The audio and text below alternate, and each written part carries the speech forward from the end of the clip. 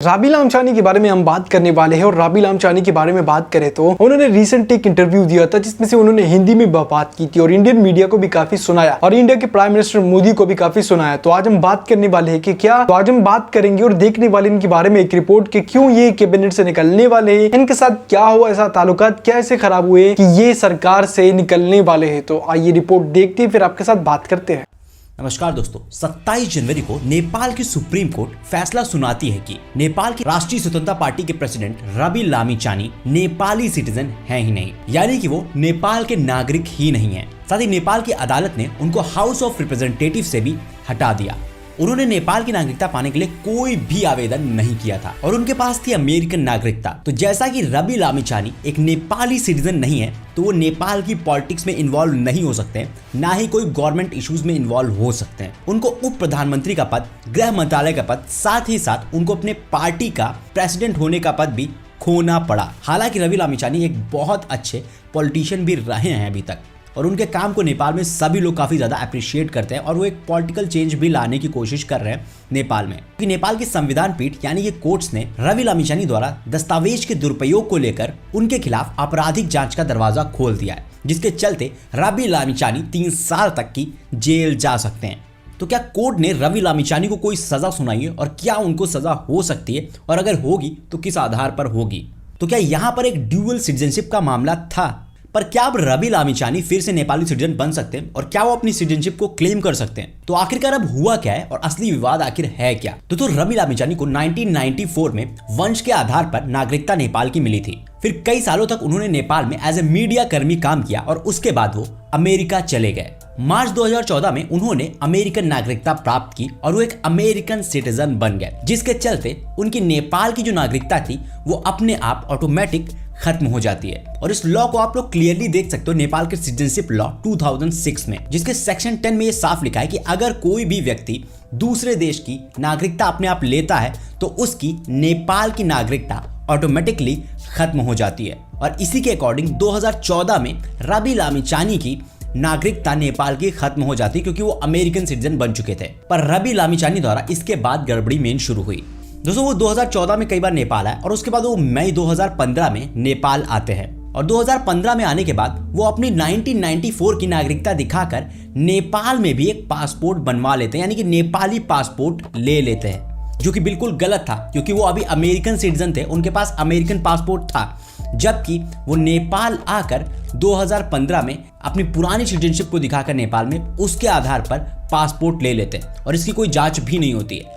तो यहाँ पर उनके पास अब 2 पासपोर्ट थे, यानी कि वो अमेरिकन सिटीजन तो थे ही थे, साथ ही साथ वो नेपाली सिटीजन भी बन चुके थे क्योंकि उनके पास नेपाली पासपोर्ट था। तो वो दोनों ही पासपोर्ट्स का इस्तेमाल कर रहे थे, जो कि पूरी तरीके से नेपाल के लॉ के हिसाब से गैर कानूनी है। अब उन्होंने 2015 के 3 साल बाद अपनी अमेरिकन सिटीजनशिप को स्क्रैप किया, यानी कि अपनी अमेरिकन सिटीजनशिप को छोड़ा, लेकिन उसके बावजूद भी वो नेपाल के सिटीजन नहीं बने क्योंकि उन्होंने नेपाल की सिटीजनशिप का कोई भी आवेदन नहीं किया कि वो नेपाली सिटीजन बनना चाहते हैं। और इस चीज को नवंबर में नेपाल के इलेक्शन कमीशन तक पहुंचाया गया कई लोगों के द्वारा, लेकिन फिर भी उस पर कोई कार्रवाई नहीं हुई।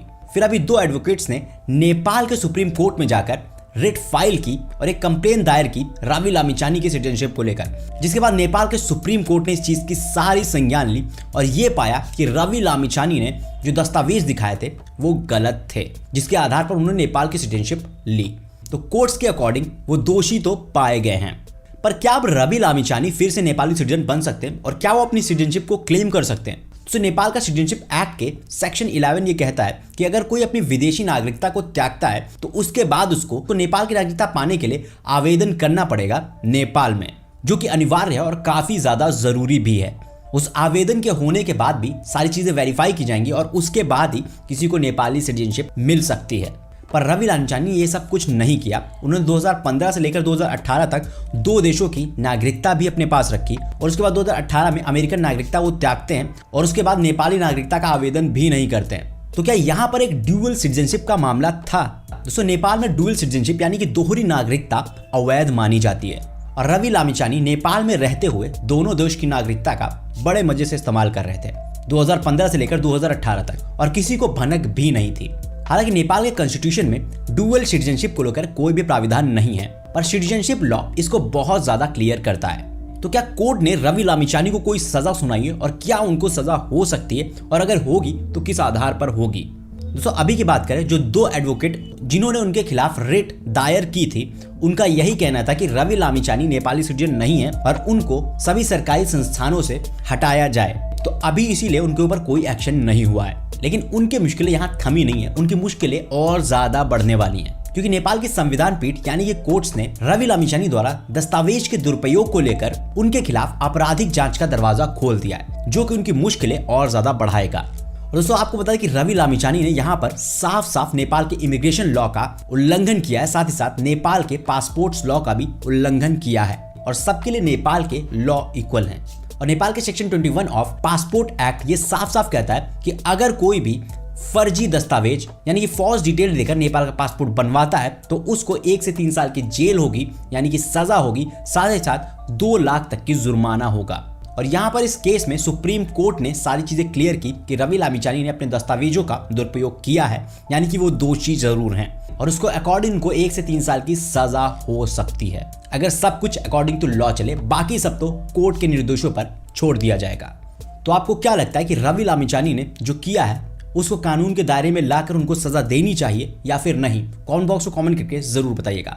हालांकि रवि लामिछानी एक बहुत अच्छे पॉलिटिशियन भी रहे हैं अभी तक, और उनके काम को नेपाल में सभी लोग काफी ज्यादा अप्रिशिएट करते हैं, और वो एक पॉलिटिकल चेंज भी लाने की कोशिश कर रहे हैं नेपाल में। बट यहाँ पर कुछ चीजें गलत हुई हैं जो कि रवि लामिछानी से ही हुई हैं, जिसके चलते अब उनको इन चीजों का सामना तो करना ही पड़ेगा, क्योंकि नेपाल के लॉ के आगे कोई भी पर्सन बड़ा नहीं है।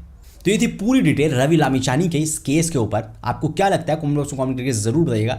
साथ ही अगर आपको थोड़ी भी इन्फॉर्मेशन लगती है वीडियो तो प्लीज इसको लाइक कीजिएगा, अपने फ्रेंड्स और फैमिली तक इसको शेयर जरूर कीजिएगा, ताकि ऐसी नॉलेजेबल चीजें आपके सभी लोगों तक पहुंचती रहे। और प्लीज चैनल को सब्सक्राइब नहीं किया तो चैनल को सब्सक्राइब करके बेल का आइकन जरूर दबा लीजिएगा, ताकि मुझे भी मोटिवेशन मिलता रहे कि मैं आप लोगों के लिए ऐसे ही काम करता रहूं। धन्यवाद। NI news. देखिए, नेपाल के जो नए प्राइम मिनिस्टर थे पुष्पा कमल दहल, उनकी सरकार दिसंबर में आई थी, आज फरवरी है, और अब फरवरी तक तकरीबन 1.5 महीना उनकी सरकार को आके हो चुका है। अब इसमें क्या है कि दोहरी शरीयत 3 के पास, दोहरी शरीयत मतलब ये रवि लामिछानी वैसे तो नेपाली थे बट ये US गए थे। US जाते हुए इनके पास नेपाल की जो नेशनलिटी थी वो खत्म हो गई, और ये जब वापसी US से आए तो उन्होंने नेशनलिटी के लिए दोबारा अप्लाई नहीं किया। अप्लाई ना करने की वजह से इनको याद ही नहीं रहा कि इनके पास नेशनलिटी है या नहीं है। नेपाल की सुप्रीम कोर्ट ने इसको जो है ना, इसके जो पद था डिप्टी PM उससे हटाया, और इसके बाद उन्होंने ये ऐलान किया कि यार हमने इनके साथ गठबंधन किया, गठबंधन के बाद भी इन लोगों ने हमारी जो हमारी नेपाली सिटीजनशिप थी उसके लिए उन्होंने कुछ भी नहीं किया, और ना करने के पीछे ये काफी गुस्सा हुए। और उनके बाद इसके बाद ये हुआ कि यार इन्होंने बोला कि भाई अगर ये हमारी मदद नहीं कर सकते तो ये कंट्री की क्या मदद करेंगे, और इस वजह से वो कैबिनेट से निकलना चाह रहे। तो ये सारी बातें अगर आपने वीडियो देखी, लाइक करें, शेयर करें, चैनल को लाजमी सब्सक्राइब करें।